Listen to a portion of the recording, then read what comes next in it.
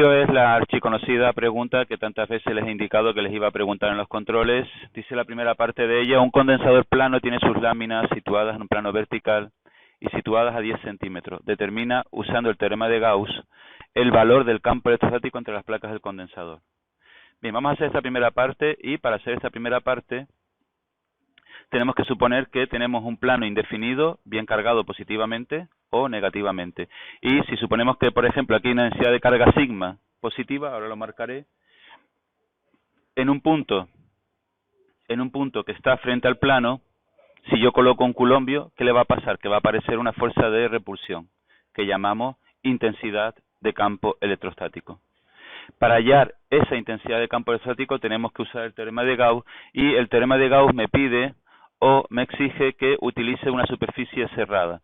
Consiste, por tanto, en hallar una superficie cerrada apropiada que contenga, aparte de ese plano, que en este caso sería un cilindro o bien un prisma. Pues bien, en este caso, tal y como decía, si yo tengo aquí una densidad superficial de carga sigma en todo este plano, también aquí, si yo aquí coloco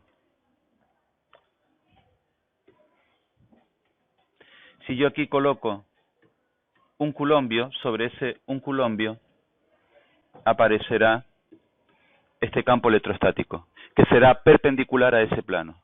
Lo que me está pidiendo el problema es ver si somos capaces de hallar cuánto mide en tamaño, es decir, hallar su módulo. Para eso utilizamos el teorema de Gauss, que dice que el flujo, que es la integral sobre una superficie cerrada de E diferencial de S, es igual a la carga interior entre S sub 0.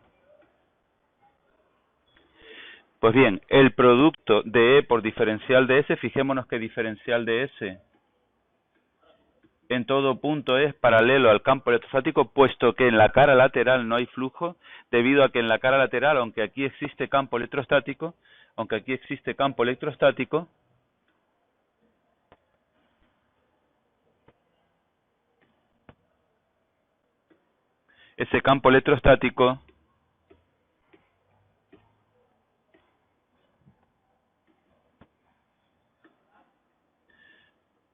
electrostático es tangente a la superficie, no la atraviesa. Por tanto, realmente solo hay flujo a través de esta base y a través de esta otra base. Decía entonces que en todo punto se ve que el campo electrostático y el diferencial de este son paralelos, por tanto, al hacer el producto escalar, haré módulo por el coseno de 0 grados, que es 1. La E, como es constante, sale fuera de la integral. Me quedará entonces la integral de diferencial de S. La integral de diferencial de S es S. Y S hace referencia al área a través de la cual hay flujo, que sería a través de esta base y a través de esta base. Si el área de esta base es A, como la otra base será 2A. Y la pregunta ahora a determinar es: ¿y cuánta carga interior hay encerrada aquí? ¿Cuánta carga interior hay encerrada en ese cilindro? Pues eso es fácil de hallar gracias a que recordemos que sigma era Q entre área, y por tanto la carga encerrada sería sigma por el área. Es decir, que yo puedo sustituir aquí y escribir que E por 2A es igual a sigma por A entre epsilon sub 0, de tal manera que se va A con A y me queda entonces que el campo electrostático es sigma entre 2 epsilon sub 0. Ya hemos encontrado el campo electrostático que hace una lámina. Pero un condensador consta de dos láminas, de tal manera que en el caso de un condensador sería poner una lámina, placa positiva por ejemplo, y otra lámina, placa negativa. Si yo en el interior de ese condensador coloco aquí un culombio,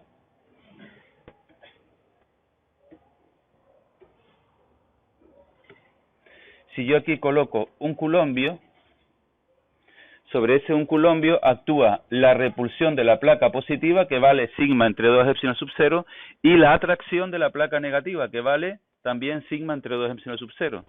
De tal manera que si yo sumo sigma entre 2 epsilon sub 0 más sigma entre 2 epsilon sub 0 vale sigma entre epsilon sub 0. Pues bien, ya hemos demostrado, usando el teorema de Gauss y tal como me pide el problema, que el campo electrostático entre las placas de un condensador vale sigma entre epsilon sub 0. Pues bien, vamos a aprovechar este resultado entonces para resolver la otra parte del problema, y la otra parte del problema dice que en el espacio comprendido entre ambas se coloca una bolita de caucho de 2,5 gramos, aquí la vemos, que cuelga de un hilo aislante de 14 centímetros de longitud cuyo extremo está fijo. Si se carga la bolita con 0,4 microcoulombios y la diferencia entre las placas es de 2000 voltios, se pide el ángulo que va a formar, la densidad de carga, la tensión, bueno, un montón de cositas. Vale, pues vamos a por ellas. Bien, como siempre, consiste simplemente en hacer un diagrama de cuerpo libre, es decir, indicar qué fuerzas están actuando aquí ahora mismo sobre esta bolita, y por un lado tendríamos la fuerza electrostática, que recordemos que vale Q por E. Por otro lado tendríamos la tensión, y aquí finalmente tendremos el peso. Este ángulo alfa me es desconocido. De hecho es uno de los parámetros que me pide el problema que calcule. Lo que sí sé es que esta flechita que va hacia arriba es T coseno de alfa, y esta que viene hacia atrás, esta es T seno de alfa. Por tanto, puedo escribir que T coseno de alfa es igual al peso, y que T seno de alfa es igual a la fuerza electrostática. La tensión la despejo, y resulta que la tensión es el peso entre el coseno. De tal manera que ya veo algo importante, que cuando yo halle el ángulo, la tensión ya la tengo también, puesto que tengo el peso de ese cuerpo. Sustituyo aquí donde está la T, pongo lo que vale, indico que T vale, que la tensión vale peso entre coseno del ángulo, y resulta entonces que peso tangente del ángulo es igual a la fuerza electrostática, que es Q por E. Y la pregunta es, ¿y cuánto vale E? Pues la E vale, recordemos que la E era diferencia de voltaje entre la distancia.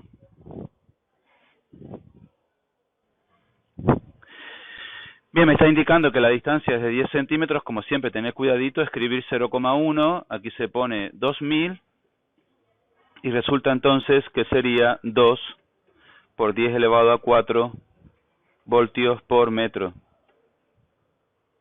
Fíjate que también sin querer estás hallando cuánto vale la densidad de carga, porque acabas de demostrar que es sigma entre epsilon sub 0. Por tanto, sigma, que es otro parámetro que te pide, sería escribir 8,82 por 10 elevado a menos 12 y por 2 por 10 elevado a 4. 10 elevado a 4 con 10 elevado a menos 12 me queda 10 elevado a menos 8. Y 2 por 8,82 sería 17,5 redondeando. 1,75 por 10 elevado a menos 8 coulombios metros cuadrados. Es decir, que la densidad superficial de 1,75 no, por 10 elevado a menos 7. He corrido la coma un lugar. Por 10 elevado a menos 7. Muy bien. Vale, entonces si ya tengo cuánto vale el campo electrostático, me vengo aquí y digo que la tangente del ángulo es la carga, que era de 0,4 microcoulombios, 0,4 por 10 elevado a menos 6 por 2 por 10 elevado a 4 entre el peso. Y el peso era, ¿cuántos gramos era? 2,5 gramos. Pues se escribe 2,5 por 10 elevado a menos 3, que lo paso a kilos, pero como lo tengo que multiplicar por la gravedad, que es 10, ya pongo directamente 2,5 por 10 elevado a menos 2. Pues fíjense entonces que este 10 elevado a menos 2 con 10 elevado a 4 con este 10 elevado a menos 6. 0,4 por 2, 0,8. Y 0,8 entre 2,5 es 0,32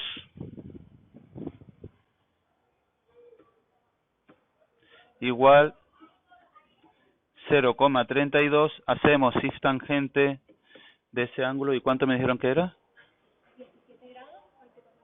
24. 44. 17 grados. 44 minutos. Pues bien, chicos, ya tenemos entonces cuánto vale el ángulo que forma. ¿Qué más?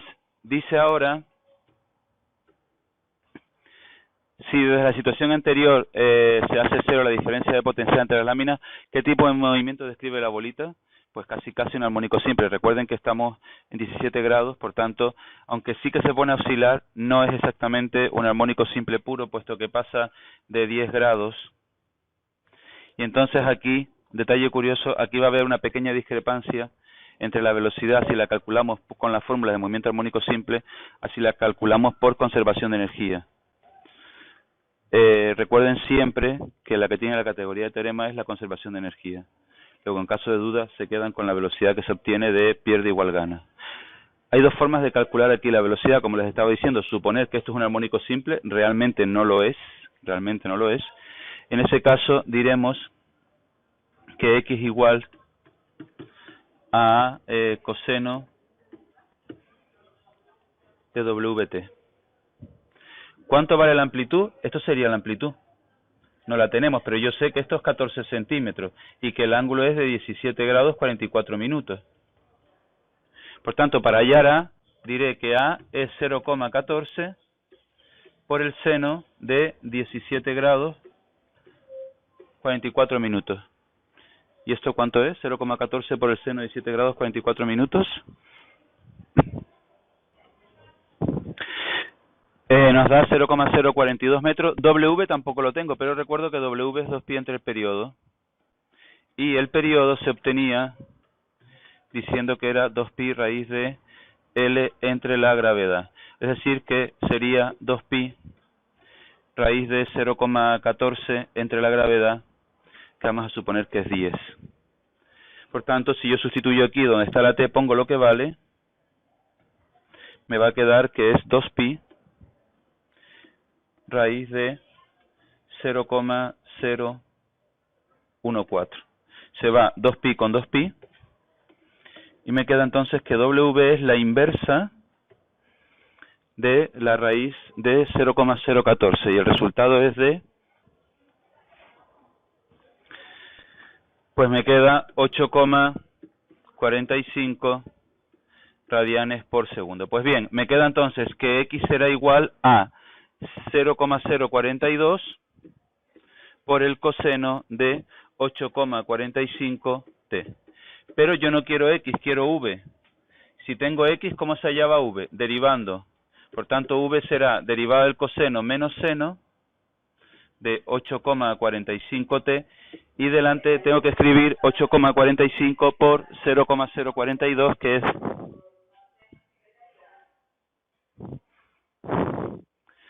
0,355 menos 0,355. Fíjense que la velocidad cuando pasa por este punto es la velocidad máxima. Y la velocidad máxima aquí es la que acabo de hallar ahora mismo, 0,355. Es decir, que suponiendo que este problema es un armónico simple, la velocidad en el punto más bajo es de 0,355 metros por segundo. Vamos a hacerlo ahora por razonamientos energéticos. Por razonamientos energéticos es tan sencillo como decir que de aquí a aquí, lo que se pierde por un lado se gana por otro. ¿Qué se pierde? Se está perdiendo una pequeñísima altura. Por tanto, se está perdiendo energía potencial gravitatoria. ¿Y qué se está ganando? Energía cinética. Escribiré entonces que mgh es igual a 1/2 de mv al cuadrado. Se va la masa con la masa, y para hallar la velocidad es tan fácil como decir que v es raíz de